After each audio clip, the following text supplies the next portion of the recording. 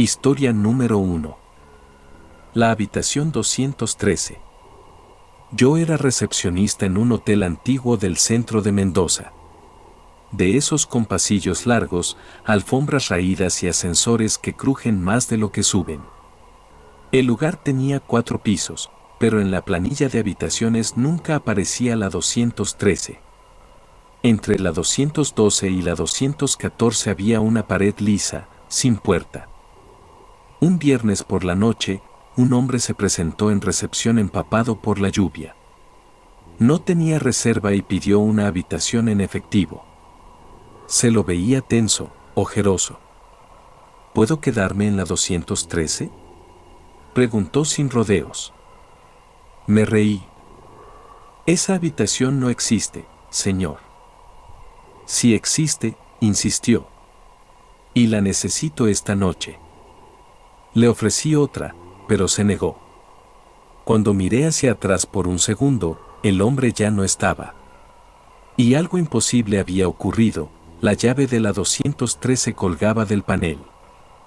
Pensando que alguien me estaba jugando una broma, tomé la llave. Me dirigí al segundo piso, esperando encontrar el mismo muro vacío.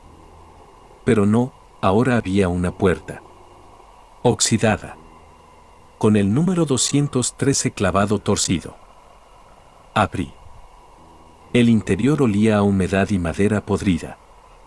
La habitación estaba congelada, a pesar del calor exterior. Las paredes estaban cubiertas de espejos rotos, como si alguien los hubiera golpeado desde adentro. En el centro, una cama con un colchón hundido y marcas de uñas en la cabecera. Entonces lo vi. Reflejado en uno de los espejos, el mismo hombre de antes, sentado en la cama, pero la habitación estaba vacía. Me giré. Nada.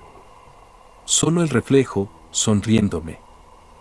Me fui corriendo, devolví la llave al panel, y al día siguiente, la 213 había desaparecido otra vez. Volvía a ver solo una pared lisa.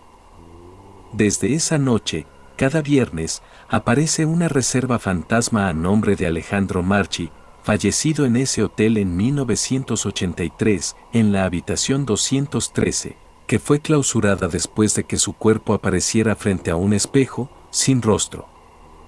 Historia número 2. El asilo de los olvidados. En las afueras de San Luis, entre montes secos y caminos de tierra, está lo que queda del antiguo asilo San Clemente. Fue clausurado en los 90 por denuncias de maltrato, abandono y algo más que nunca apareció en los periódicos. Yo trabajé como guardia en una empresa de vigilancia y una noche nos asignaron custodiar ese edificio durante una demolición programada. Nos quedamos en una casilla improvisada, con acceso al sistema de cámaras que habían instalado para evitar saqueos. Lo extraño era que esas cámaras eran nuevas, digitales, pero conectadas a una red interna. No podías acceder a ellas desde fuera. Y había una sola advertencia. No mirar el canal 5 después de las 3 de la mañana. Pensamos que era una broma. Obviamente, a las 3:01, lo primero que hicimos fue mirar el canal 5. La cámara apuntaba a un pasillo del tercer piso. Abandonado, sucio, con grafitis en las paredes. Y entonces empezaron a aparecer personas. Pacientes. Camillas. Enfermeros. Todos descoloridos, como si fueran parte de un viejo video. Pero el reloj indicaba transmisión en tiempo real. Un hombre caminaba encorvado, arrastrando una pierna. Se detenía en una puerta, la abría y miraba directo a la cámara. Su cara era una masa gris sin ojos. Mi compañero quiso desconectar el monitor, pero el sistema se bloqueó. Cada cámara ahora mostraba una habitación diferente del asilo, y todas activas. Una mostraba una operación. Otra, un grupo de internos de espaldas, meciéndose. Y en la última, una versión de nosotros mismos, mirando la pantalla. pero el yo del monitor me sangraba por los oídos. Salimos corriendo al edificio. Pero todo seguía vacío, muerto. Subimos al tercer piso para comprobar, y ahí estaba el mismo pasillo del Canal 5, sin cámaras, sin luces. De regreso en la casilla, el monitor estaba apagado. Al intentar encenderlo, el Canal 5 ya no existía. Solo había estática. Pero en la pantalla quedó una línea de texto antes de fundirse a negro. Los olvidados no quieren ser ignorados. Desde entonces, cada noche a las 3 de la mañana, el Canal 5 vuelve, solo por unos segundos. Y cada vez muestra menos pacientes y más vigilantes. Historia número 3. El kilómetro 36. Ruta Nacional 40, entre Neuquén y Chousmalal. Un tramo solitario, sin señal, rodeado de cerros y viento. Hay un punto que los camioneros llaman el kilómetro maldito. El 36. Nadie lo menciona en la radio, pero todos saben que si pasas de noche por ahí, algo puede subir a tu vehículo sin que lo notes. Yo me dedicaba a transportar frutas en un camión refrigerado. Siempre iba solo. Una madrugada, el GPS se trabó. El odómetro marcaba 36.1, pero la siguiente señal de ruta nunca aparecía. Todo el paisaje se volvió repetitivo, una roca grande a la izquierda, un árbol seco a la derecha. Una y otra vez. Frené. Bajé a estirar las piernas. En cuanto mis pies tocaron el suelo, escuché pasos suaves, pero no había nadie. Volví al camión. En el espejo retrovisor, el contenedor trasero estaba abierto. Lo cerré personalmente al salir del último puesto de control. Bajé con la linterna, abrí la puerta, y lo que vi adentro no eran frutas. Eran decenas de figuras tapadas con mantas blancas, acostadas como en camillas. Algunas tenían los pies sobresaliendo, otras temblaban levemente. Volví a cerrarlo gritando, subí y aceleré. Pero el motor no respondía. El panel de control parpadeó. Y entonces, el estéreo encendió solo, con una grabación distorsionada que repetía: kilómetro 36, kilómetro 36, kilómetro 36. Cuando logré arrancar, avancé hasta ver por fin una estación de servicio. Frené de golpe, bajé a buscar ayuda, y al volver con el encargado, mi camión ya no estaba. Solo las marcas de las ruedas en el polvo. La policía lo encontró 3 días después, dando vueltas en círculos en el kilómetro 36, sin nadie al volante. Desde esa noche, cada tanto veo en el espejo algo en la parte trasera de cualquier vehículo que manejo. Una sombra sentada, que sonríe cada vez que me acerco a los 36 kilómetros recorridos. Historia número 4. La mina Los Huesos. En Jujuy, escondida entre montañas que casi no aparecen en los mapas, está la entrada sellada de la mina Los Huesos. Cerró en 1974 tras un derrumbe que dejó atrapados a 19 obreros. Nunca recuperaron los cuerpos. Los lugareños dicen que aún se oyen golpes bajo la tierra y gritos. Soy geólogo. En 2022 me enviaron a inspeccionar la zona por posibles filtraciones de gas. Fui con 2 técnicos y un guía local. Cuando llegamos, el guía se negó a acercarse a más de 100 metros de la entrada. Dijo que el aire pesaba demasiado. Ignoramos la advertencia. Colocamos sensores y cámaras térmicas. Lo raro fue que una de las cámaras mostró movimiento dentro de la galería. Era imposible, nadie había entrado en casi 50 años. Decidimos ingresar con linternas y máscaras. La mina estaba intacta en algunos tramos. Lo primero que notamos fue el silencio absoluto, y luego, el eco de un lamento lejano, profundo, como si viniera de kilómetros de túneles. Pensamos que eran ruidos estructurales hasta que encontramos un casco minero todavía encendido. Polvoriento, viejo, con una luz que parpadeaba sin batería. Seguimos el túnel hasta llegar a un cruce marcado con carbón, una flecha y la palabra vivos apuntando a la derecha. La seguimos. A los pocos metros, sentimos que el aire cambiaba, frío, denso, como si la mina respirara. Entonces la linterna de uno de los técnicos se apagó. En la oscuridad, escuchamos pasos rápidos alrededor y susurros. «Sáquenos de aquí». Corrimos. Al llegar a la bifurcación, ya no estaba la marca de vivos. Solo decía, «Quédate». Salimos como pudimos, jadeando.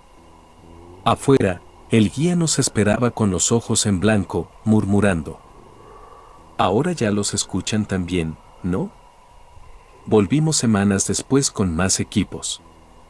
La entrada había sido tapada por un nuevo derrumbe, pero en las grabaciones térmicas, durante 12 noches seguidas, se captaron figuras humanas caminando en círculos dentro de la mina, y un texto dibujado con piedras que no habíamos dejado nosotros. Nos ven, pero no nos liberan. Desde entonces, hay gente que sueña con túneles que nunca ha visto. Y cuando despiertan, tienen tierra bajo las uñas. El huésped del piso 7.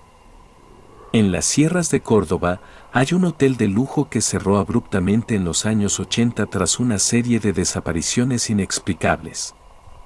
Se llamaba Gran Hotel El Orquídea. Desde la ruta apenas se ve una estructura gris cubierta de hiedra, con ventanas que parecen ojos muertos. Fue ahí donde me atreví a entrar con un grupo de exploradores urbanos. De los 5 que fuimos, solo yo volví. Accedimos por la cocina, entre escombros y platos oxidados.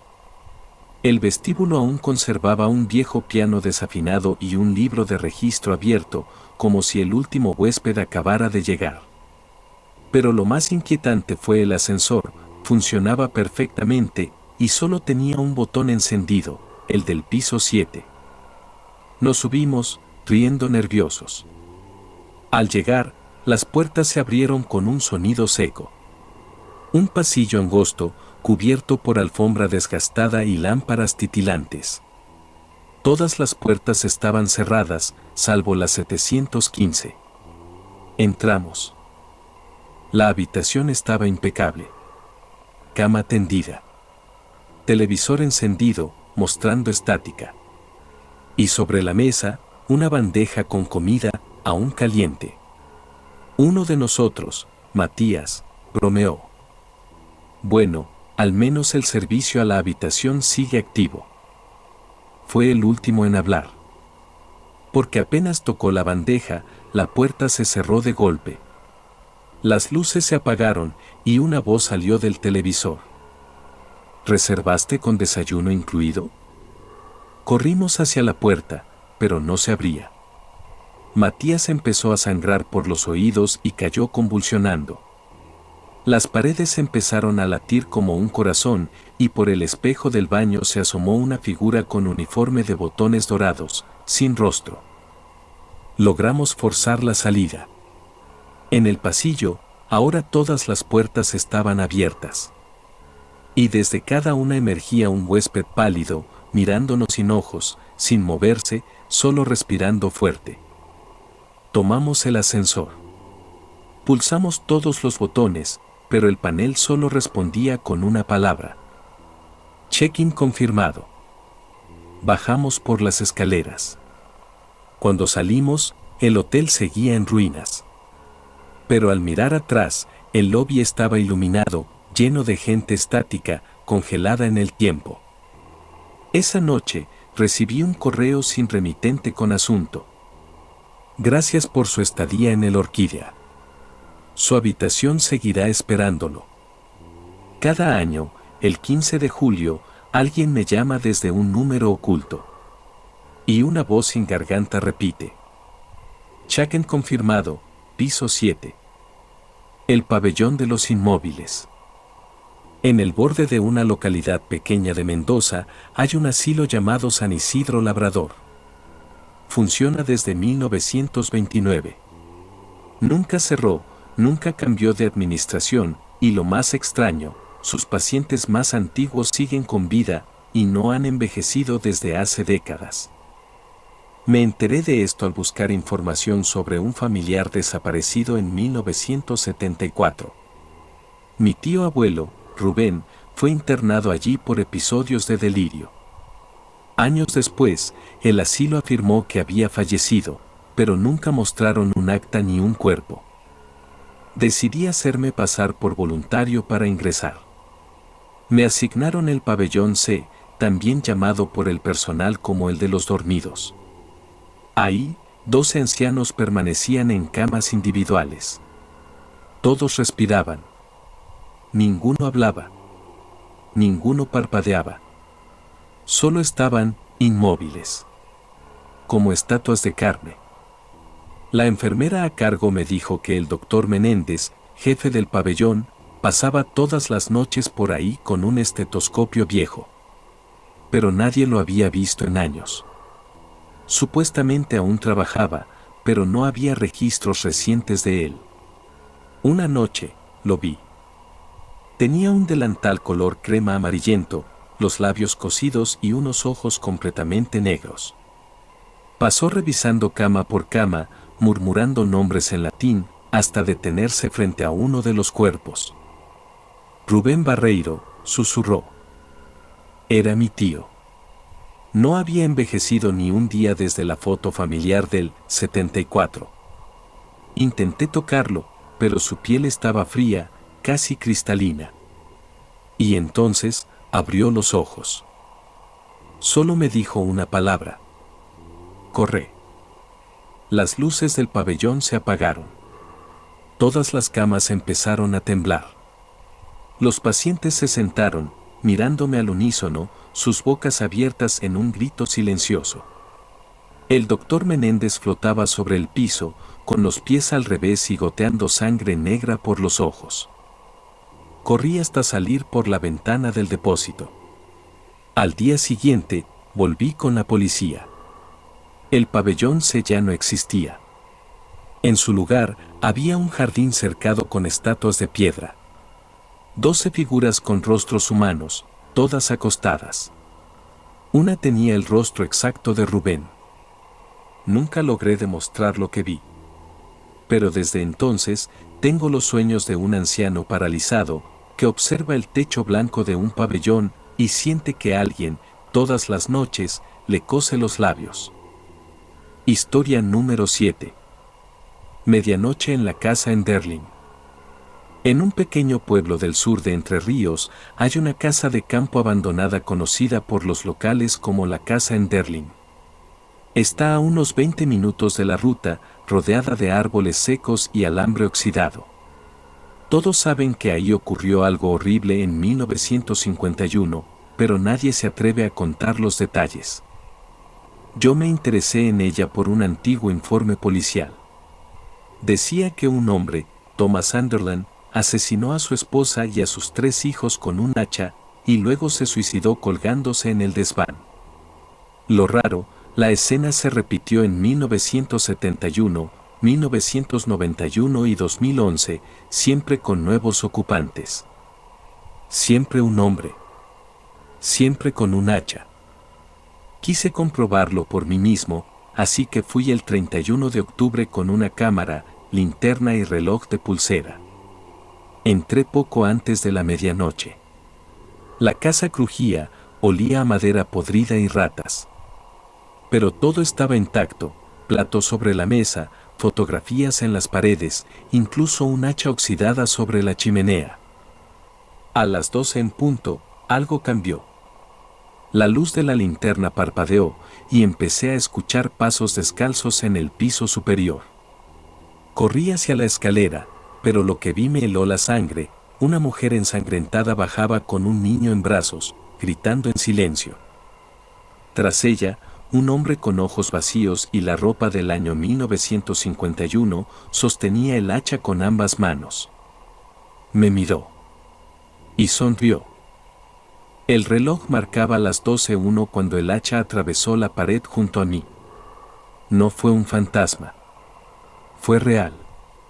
Huí por la puerta trasera, tropezando entre muebles cubiertos de sábanas. Al revisar la grabación, vi algo aún más perturbador. El video se detiene justo a la medianoche. La imagen se congela y aparece un contador. 10º, siguiente huésped confirmado. Desde entonces, cada año, otro curioso desaparece en esa casa la noche del 31 de octubre. La policía siempre encuentra una familia simulada, muñecos rellenos, todos con hachas en la cabeza, y una nota que dice: la escena debe continuar. Historia número 8. El desvío del kilómetro 191. La Ruta Nacional 5 atraviesa vastas llanuras argentinas. En el kilómetro 191, entre los pueblos de Albertí y Chivilcoy, hay un desvío sin señalizar. Es un camino de tierra recto, bordeado por postes caídos y árboles torcidos. No aparece en Google Maps. No tiene nombre. Pero los lugareños lo llaman el desvío de los que no vuelven. Todo comenzó con una historia publicada en un foro de camioneros en 2004. Un chofer relataba cómo su compañero tomó el desvío por error buscando una estación de servicio y nunca volvió. En la radio se oía interferencia y en los últimos segundos del GPS se registraba una ruta de 8 kilómetros que terminaba en un vacío. Fui allí en abril, con un dron, cámara térmica y un auto rentado. Crucé el desvío a las 2:17 de la mañana, hora en que, según testigos, se producen los eventos extraños. Avancé despacio. Todo se volvió brumoso. La radio emitía una voz infantil repitiendo: 191. 191, 191. A los 3 kilómetros, el motor se apagó. Las luces dejaron de funcionar. Saqué la linterna y caminé. Había señales de otros vehículos abandonados, cubiertos por maleza, algunos oxidados al punto de parecer parte del suelo. Empecé a sentirme observado. El aire era espeso. Escuché motores encenderse, pero no había nadie. Autos invisibles pasaban a mi lado a toda velocidad, dejando huellas en la tierra húmeda, pero sin conductor. Uno se detuvo frente a mí, un Ford Falcon verde, con las puertas abiertas. Dentro, en el asiento trasero, había una pila de cassettes. Tomé uno. Decía: papá, no tomes el atajo. Corrí de vuelta, pero el camino parecía cambiar, como si se doblara sobre sí mismo. En algún punto, mi linterna apuntó a un cartel de madera colgado de un árbol seco. No vas a encontrar la salida si venís a buscar a alguien. Desperté a la mañana siguiente en el asiento del auto, estacionado en la banquina del kilómetro 191. Tenía barro hasta las rodillas y en el bolsillo, el cassette. Lo reproducen cada tanto en una estación local de radio nocturna. Son 17 segundos de una niña repitiendo entre sollozos: yo también tomé el desvío, ahora no sé cuántos años tengo. Historia número 9. La mina que responde. En lo profundo de Catamarca, entre las sierras de Ambato, hay una mina clausurada desde 1968 conocida como la Negra Sombra. La historia oficial dice que colapsó por un derrumbe, sepultando a 18 mineros. Pero entre los habitantes de la zona se rumorea otra cosa, que los mineros cavaron demasiado profundo y encontraron algo que hablaba. En 2021, un grupo de espeleólogos aficionados se propuso documentar el lugar. Yo era uno de ellos. Nos guiaba don Ismael, un vaqueano viejo que, antes de morir de un infarto apenas 3 días después, nos advirtió: si escuchan que la cueva les habla, no contesten con su nombre. La entrada estaba cerrada con una reja soldada, pero había un túnel lateral más angosto por donde nos colamos. Adentro, la oscuridad era absoluta. Al avanzar, el aire se volvió más húmedo, pesado, como si respiraras dentro de un estómago. Y entonces, comenzó a resonar el eco. Pero no era un eco normal. «Hola», dije yo. «Hola», respondió el eco. Pero no con mi voz. Era la voz de mi madre. Nos detuvimos. Uno del grupo, Federico, soltó una risa nerviosa y dijo: «Esto es un truco acústico, ¿no?». El eco respondió: «No lo es, Federico». Nos fuimos adentrando más, hipnotizados por las respuestas. El eco no solo repetía lo que decíamos, nos hablaba. Conocía nuestros nombres, nuestros miedos. Y después empezó a decir cosas que nadie más podría saber. «Tobías, vos no lloraste en el entierro de tu hermano. Julieta, tu hijo no sueña contigo desde el accidente». Las paredes parecían respirar. A los 500 metros, encontramos una cavidad natural enorme, con grietas que parecían bocas abiertas. De una de ellas salió una voz, no como eco, sino como un susurro grave y directo al oído. «Entraron 5, solo saldrán los que no respondan». Federico gritó su nombre, desafiando a la cueva. La grieta expulsó un viento seco. Las linternas se apagaron. Cuando logramos salir corriendo, él ya no estaba. En la superficie, las cámaras estaban vacías. Salimos solo 4. Pero esa noche, al revisar los audios, la cueva seguía hablándonos. A cada uno. Con nuestra voz. Y a veces, cuando duermo, el eco me susurra desde dentro del cráneo. Me pregunta: ¿querés saber lo que soy? Yo nunca respondo. Porque sé que si lo hago, me va a contestar. Historia número 10. El Hotel Laberinto. En las afueras de Córdoba, cerca del antiguo camino a la Falda, se alzan las ruinas de un edificio maldito, el Hotel Laberinto. Su historia está plagada de tragedias. Fue inaugurado en 1933 y clausurado en 1940, tras una seguidilla de desapariciones inexplicables entre huéspedes y empleados. Nadie salía por donde había entrado. Nadie encontraba la misma habitación 2 veces. Cuando lo visité, el sol ya caía detrás de las sierras.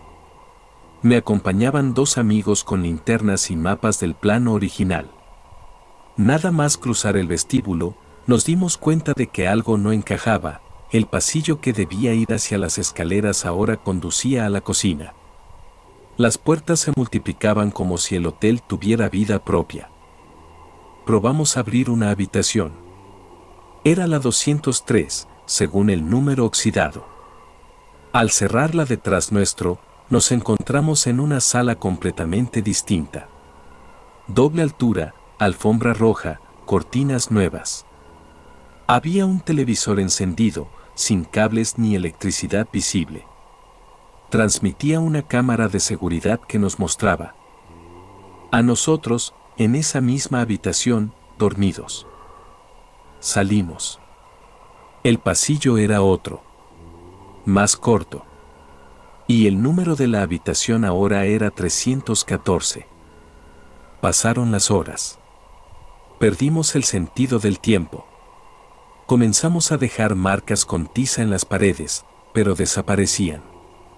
Una de las puertas se abría sola, con un chirrido casi humano. Cuando uno de mis amigos entró, ya no volvió a salir. Adentro solo encontramos su linterna, flotando sobre el suelo. Como si el hotel lo hubiese tragado. Escuchábamos pasos por todos lados. Algunos venían del techo. Otros desde adentro de las paredes. Nos escondimos en lo que parecía un baño. Allí, los espejos mostraban reflejos distorsionados. Yo, más viejo y con la cara quemada, mi otro amigo, colgado del techo. Intentamos escapar. Cada puerta llevaba a un pasillo nuevo, más corto, más angosto, más oscuro. Hasta que encontramos la habitación 000. Dentro había una cama vacía y un cartel escrito a mano. El huésped que se quede hasta el final será el nuevo recepcionista. Logramos salir al amanecer. El vestíbulo estaba como al principio. Pero faltaba uno. Y las cámaras de seguridad del hotel, que todavía se revisan en investigaciones paranormales, muestran a un nuevo recepcionista, inmóvil detrás del mostrador, con la cara de nuestro amigo, pero sin ojos. Desde entonces, cuando paso por esa ruta, veo luces encendidas en las ventanas. Y cada noche, una habitación nueva se enciende, esperando al siguiente huésped.